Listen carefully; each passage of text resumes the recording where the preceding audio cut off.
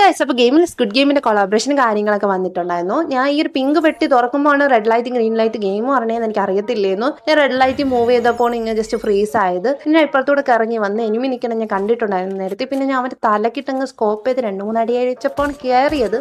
എന്തെങ്കിലും ആവട്ടെ എന്ന് വിചാരിച്ചാൽ അങ്ങ് റഷ് ചെയ്തതാ മാത്രം ഓർമ്മയുള്ളൂ. പിന്നെ ഞാൻ കാണിക്കുന്നില്ല, എന്തായിരിക്കും അവസ്ഥയെന്ന് മനസ്സിലായല്ലോ. പിന്നെ ഗെറീനക്കാർ ഒരു ഗ്ലാസ് ബ്രിഡ്ജിന്റെ ഗെയിമും കാര്യങ്ങളുണ്ട്. ഇത് സ്ക്വിഡ് ഗെയിമിലുള്ള സാധനമാണ്.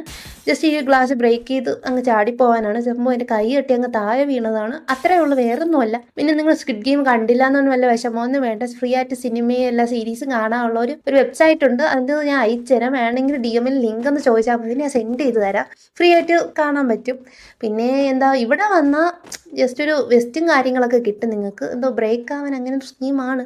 എന്താ എനിക്കറിയത്തില്ല. ഓക്കെ, പിന്നെ ഇതൊരു വേറൊരു സെറ്റപ്പാണ്. നക്കുമ്പോൾ നമുക്ക് ലൂട്ടും കാര്യങ്ങളൊക്കെ കിട്ടും. പിന്നെ എനിക്ക് ഏറ്റവും ഇഷ്ടപ്പെട്ട ഒരു കാര്യം കാണിച്ചു തരാം. അപ്പോൾ ഇതാണ് സാധനം. ആദ്യമായിട്ടാണ് എൻ്റെ പൊക്കം കൊണ്ട ഒരാളെ കാണുന്നത്. സത്യം പറഞ്ഞാൽ എനിക്ക് നല്ല സന്തോഷമുണ്ട്. പിന്നെ കൊളാബറേഷൻ എങ്ങനെയുണ്ടെന്ന് കമൻറ്റ് ചെയ്തോ.